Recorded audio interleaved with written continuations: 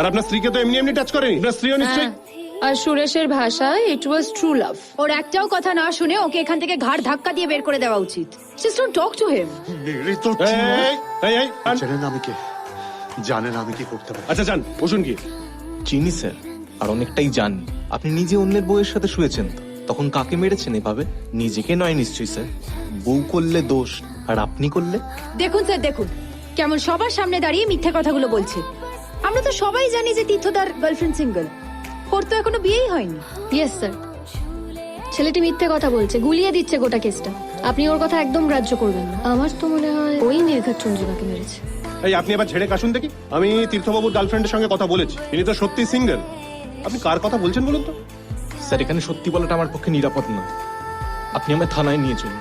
আপনি ওকে কেন এন্টারটেইন করছেন স্যার? ওকে দেখে আমার মাথাটা গরম হয়ে যাচ্ছে। দেখছেন তো মিথ্যের পর মিথ্যে বলে যাচ্ছে।